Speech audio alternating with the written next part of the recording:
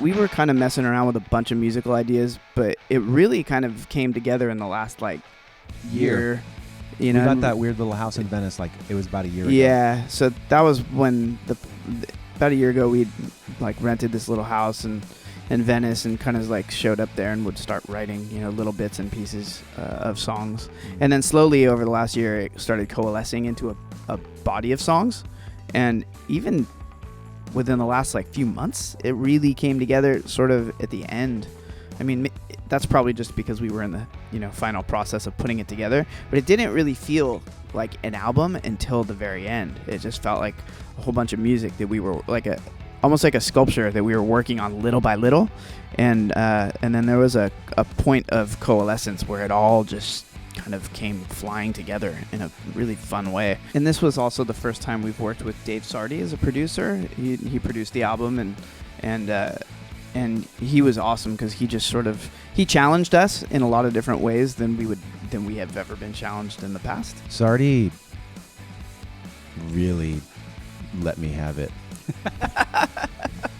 I'm still kind of like I hear some of the songs and I'm so excited still kind of hate him just like a little bit. But there's a part of me that's like on the verge of tears when I listen to a couple of the parts, just because it's emotion, baby. Yeah, it's emotion. I've gotten so accustomed to over the years, like I would know what I wanted to do as a singer and with the melody and have it in my head, and I would kind of go into the studio and just sort of nail it in one or two takes and be like, yeah, man, I'm pro. And Dave had me do it like 400 takes and then took 398 as the take. And so I was like, hey.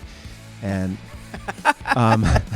and I love him for it though, because I've never had that experience before where a producer wasn't interested in the fact that I like know how to sing or that I know how to write lyrics. And he kind of broke me down beyond those egoic elements that I had perhaps grown accustomed to. And so it was hard while it was happening, but I think back on the process quite fondly. When people have been asking me like, what does the record sound like? Because I don't really play our music for like, I don't play it for people. I'm kind of shy for some reason, which is so weird. But people have been asking, and I've been saying like, it's sort of dark and lovely. Like, so it's a heavy record, but like the content of it, some of the content. Maybe we should have called the album Dark and Lovely. Dark and Lovely would have been a great title too. It's not too late, or is it? It is. It is too late. Okay, Record's called 8. Yeah.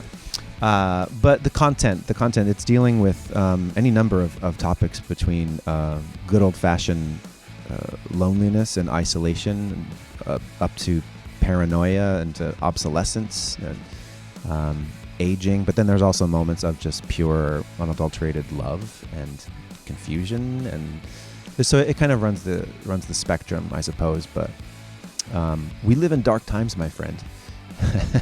So what we're doing, I think, as artists is merely acting as a mirror to culture here and there, and then hopefully offering little glimmers of hope through the experience of joy and music that we can all have.